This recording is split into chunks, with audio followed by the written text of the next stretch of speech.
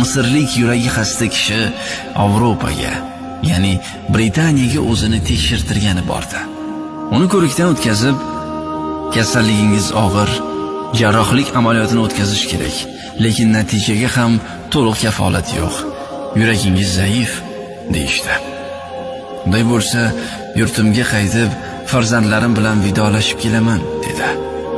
Doktorlar, kech qolmang, ahvolingiz og'ir, deb takrorlashdi. Vataniga qaytib bolalarini jamladi. Ularni sabrga chaqirdi. Bu uchrashuv oxirgisi bo'lishi, amaliyotdan so'ng chiqmasligi mumkinligini aytdi. So'ng ba'zi do'stlarini ziyorat qilib, Allohga yo'liqish uchun taraddudini ko'rmoqchi bo'ldi. U kishining o'zi aytadi: bir do'stimni ko'rishgani idoraga bordim. Idora yaqinida qassobxona ham bor edi.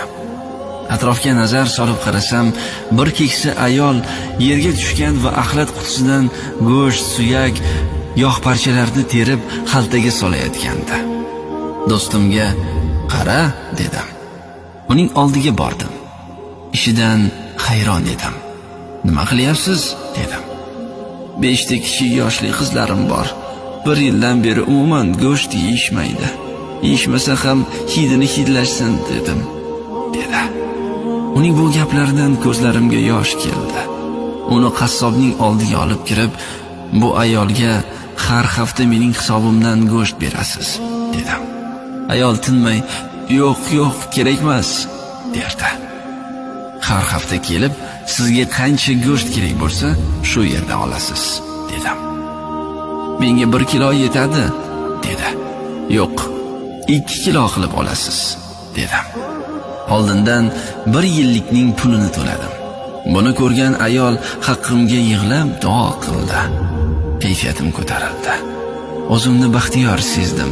Qilgan ishimdan mamnun, qalbimda huzur bilan uyga qaytdim. Meni qizalog'im qarshi oldi. Dadajon, juda xursand ko'rinasiz, dedi. Unga voqeani aytib berdim. Qizim aqlli edi.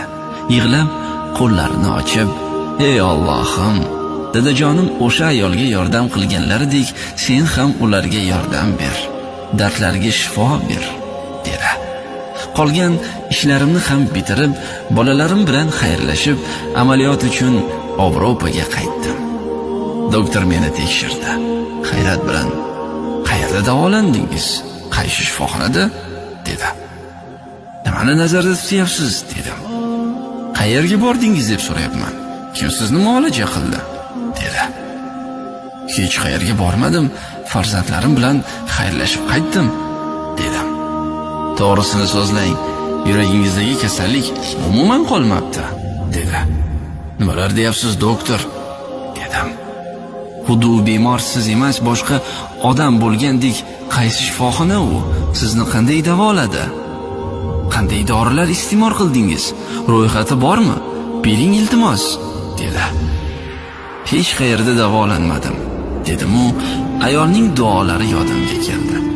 Ichimda Alloh uning holi haqiqatdan ham g'arib bo'lganidan, meni samimiy solih amalim, uning va soliha qizimning qalbdan qilgan duolari ijobat bo'lganidan menga sihatimni qaytarib berdi, deb o'yladim.